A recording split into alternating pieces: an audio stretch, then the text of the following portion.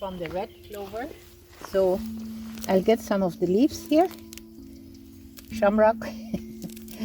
Yeah, I put it here in my basket.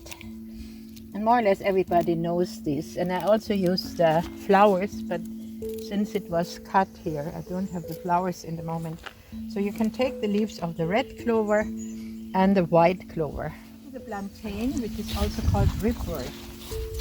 And it grows very lush here in between all the other wild stuff. So this is the plantain. See? And it's called ripwort because these are like ribs here. And you can recognize them also at the flowers. They're edible. When you eat them, it has a mushroomy taste. Plantain is good for wound healing as well. So we take quite a bunch of those. You might find others. And I can just see now that there's also sorrel here in between. See the sorrel? The sorrel compared to the dock. You see the dock leaves are everywhere, but the sorrel is from the same family, but it has these little edges, yeah, on the end. That's where you can recognize the sorrel. You can eat it. It's sour. It's like lemon. Okay? The children love that a lot. But I have a patch where there's more sorrel. So let's walk over, get some more of the plantain. Because what we want to do is to fill the blender with the wild herbs. So here's a patch of sorrel. I have harvested from here. So we'll just ask permission to get a few more leaves. Because we don't just take, we also ask if they are willing to be taken.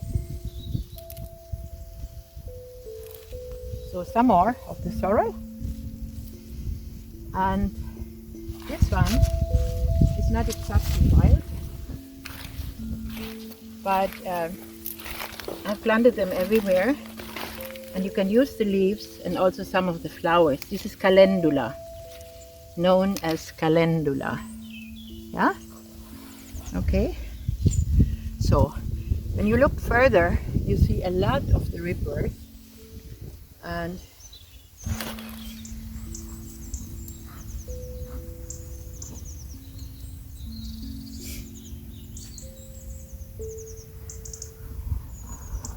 we have a huge sorrel leaf.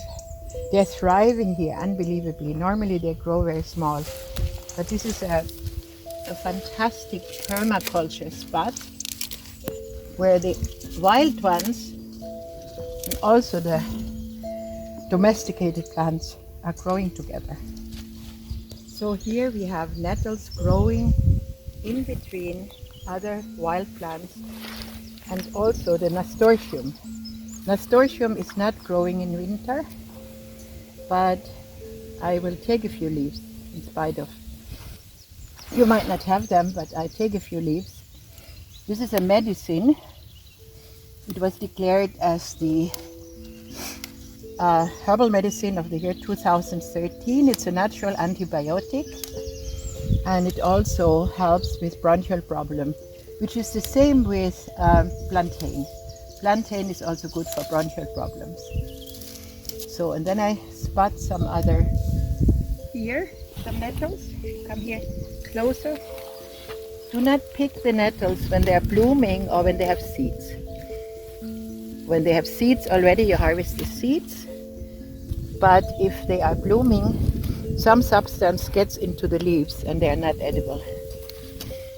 Okay? Now this one grows crazy here, and I often take them out. This is what is called the buttercup with the yellow flowers in summer, and this is not edible. So this is a dandelion, but they're tiny, and it's called dandelion. That's where it comes from. It means the tooth of a lion, and it's like teeth here on the side. But dandelion can come in different forms. So let's go and look for a bigger one. The bigger leaves. Now dandelion, imagine This is another dandelion, and they don't really exactly look the same, but they have the same properties. And so we pick some dandelion. They are naturally a little bitter, and anything bitter is good for our liver.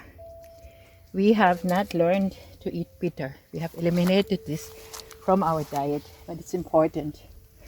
Some more dandelion. So, and while we pass, look, while we pass the blackberries, we can also take the young leaves of the blackberry bush. So any berry leaves are edible, make a beautiful tea as well. And we will later get the berries and add them into our smoothie. Now this is introduced to Ireland, but it's the flowers are edible. This is fuchsia. So we get a few of those flowers as well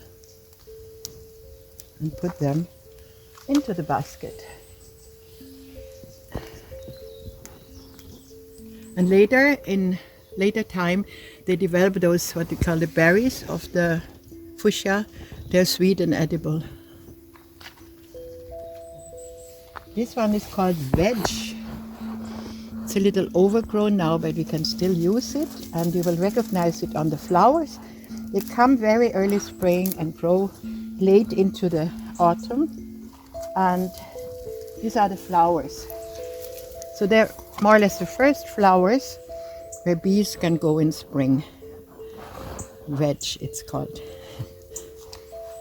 So in spite of the late time now, we still have beautiful blackberries, which I said we are going to harvest. And in between, we have the hawthorn leaves. Hawthorn has normally red berries. It's also called whitethorn. It's good for the heart, and we can take the leaves into the smoothie, but also we can use it for tea. So, da sind jetzt noch mal Brennnessel. So, we have the nettles here. Pick some more. Very powerful. Much more minerals and vitamins than spinach. So everything in nature is so much more powerful than the vegetables we grow in our garden. Yeah? So that was the nettle again.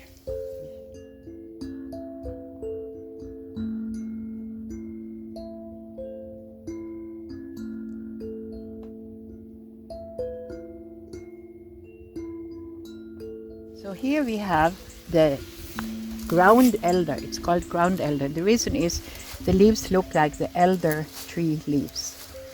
We can recognize it that it has 3 times 3 leaves here.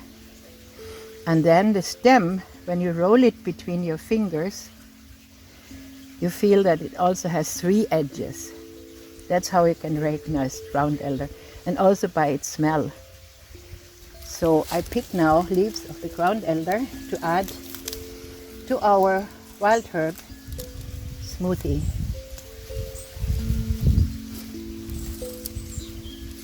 And this is the thing, when you have it in the garden, it might be a very big nuisance because it spreads everywhere.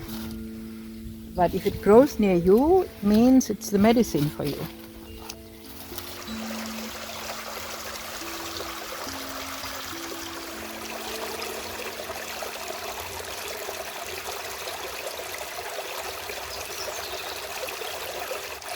So here we have very nice dandelions again. And you see, dandelion can grow through asphalt, through cement. There's asphalt and stones under. And they all grow. And here we have again the ground elder. See? So I guess we have enough now.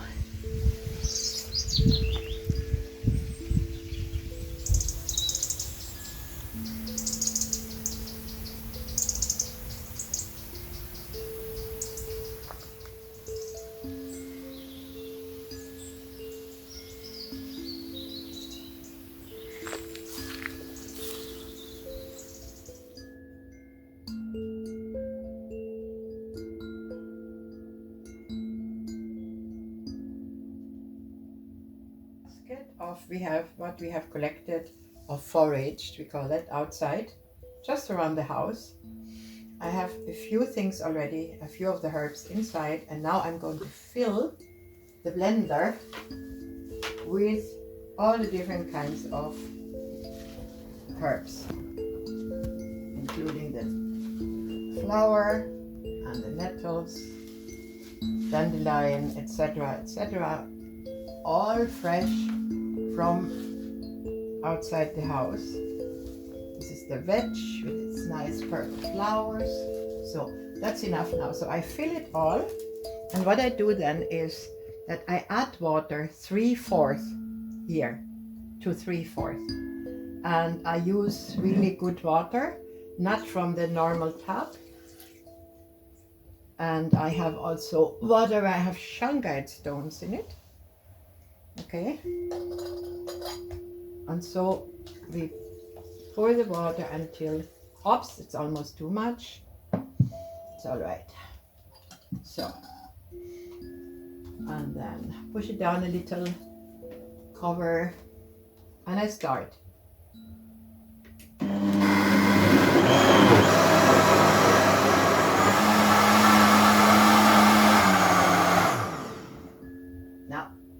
Now it's well blended.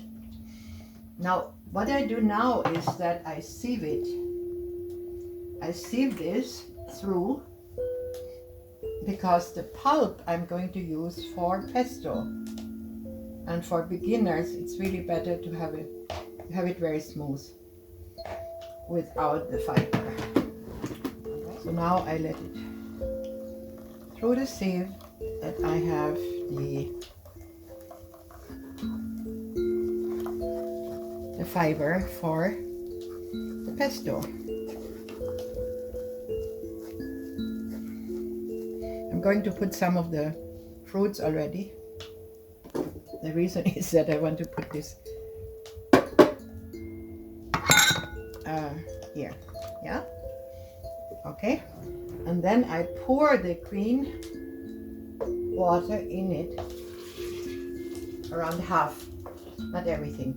So this will become 2 big smoothies. And then I have put already the bananas.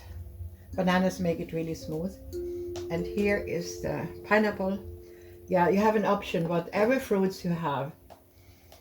Here I have frozen raspberries, but we could also put any other berry. For example, in the moment we still have blackberries, so I add this.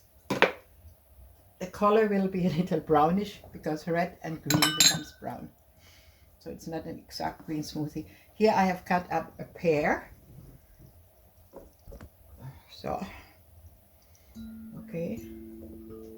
And to sweeten, I use some pitted dates. You can also put a little bit honey, especially if you give it to children. Children would love it sweeter. And a little bit, that's optional, that's of course all optional, half of a passion fruit. So that's a yummy smoothie. And then again back, blend it.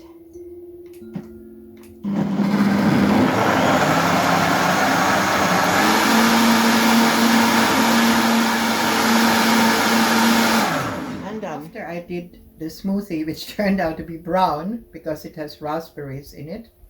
Now I'm going to make a green one.